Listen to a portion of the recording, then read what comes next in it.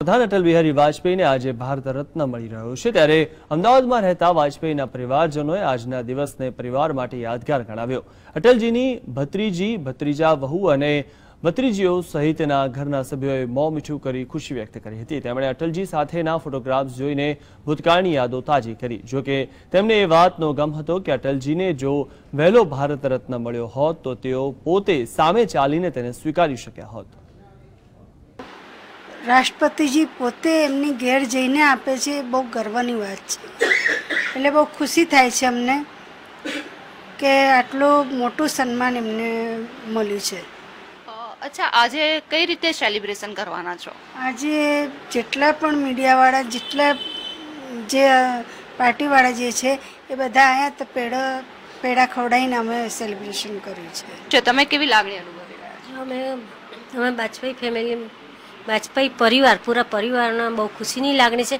અને વાજપેયી પરિવારના પહેલા વડાપ્રધાન અને પહેલા ભારત રત્ન માટે જાણીતા થયા છે વાજપેયીજી। અને વિરોધ પક્ષમાં બી એમનું નામ હતું કે ના, કે વાજપેયીજી છે તે કામ ખોટું કરશે જ નહીં કોઈ દિવસ।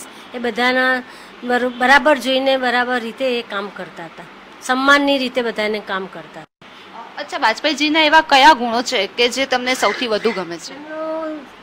જે વ્યક્તિત્વ હતું બહુ સંઘર્ષમય હતું અને સંઘર્ષથી આગળ વધ્યા છે। એ પીએમ સુધી પહોંચ્યા, આરએસએસમાં હતા, જનસંઘમાં હતા, પછી ભાજપામાં હતા।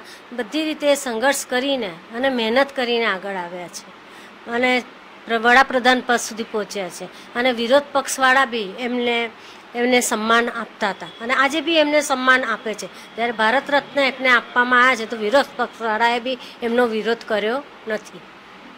અચ્છા પૂનમબેન, તમે વાજપેયીજીના ભત્રીજા વહુ થાવ છો, તમે કેવી લાગણી અનુભવી રહ્યા છો?